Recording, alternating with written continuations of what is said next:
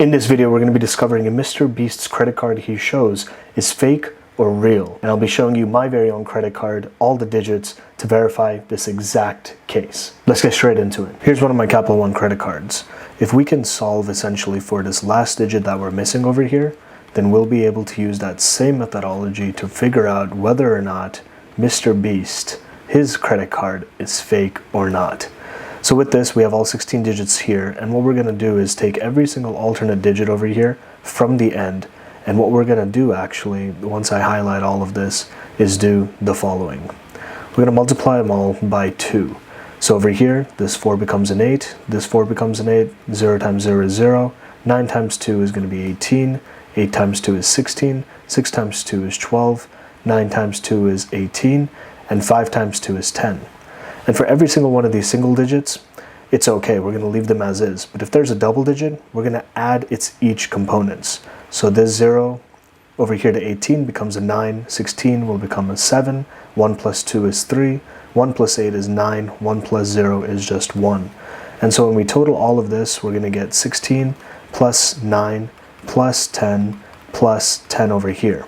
And when we add that all up, 16 plus 9, 25 plus 20, we're going to get the number 45.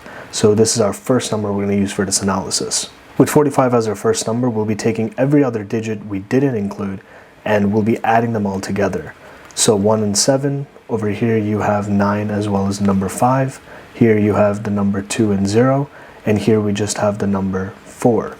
And so when we add all of this, we get 8, 14, 2, and 4. And adding all these together, 8 plus 14 is 22, plus 6, we're going to get the number 28. By taking our first two numbers, 45 and 28, if we add them together, we're going to get the number 73. By taking the last digit of what our sum is, the number 3 in this case, and if we take the number 10 and subtract it from it, we're going to get 7. Taking a quick look, this number 7 matches exactly what that last digit on my credit card is right over here, and that's how we can tell and use the same methodology for MrBeast's credit card. This process is essentially utilizing Luhn's algorithm, which is used for different use cases in the real world, such as verifying if credit card numbers are real, social security numbers, as well as different cases within SIM technology. Here we have his full number, but how we can verify is if we remove this last digit and act like we don't know it, but if everything works out, then it really is a real card.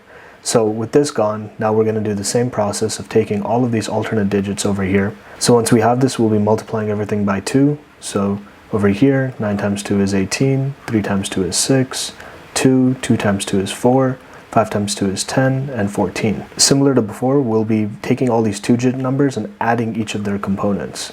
So looking at it over here, it's going to be this and this. Summing them all up, we get 6, 15, 6, as well as 6. And this total is going to be 18 plus 15. So our first number we'll work with is 33. Our alternate digits are going to be 90, 27, 40, and here just 6. And when we add all of these together, we're going to get 9, 9, 4, and 6. And together, this is 18 plus 10, so we're going to have 28 as our number 2. 33 plus 28 over here is going to equal 61. And if you take the number 10 and subtract the last digit of 1, you're going to get a number 9, which is not equivalent to 8.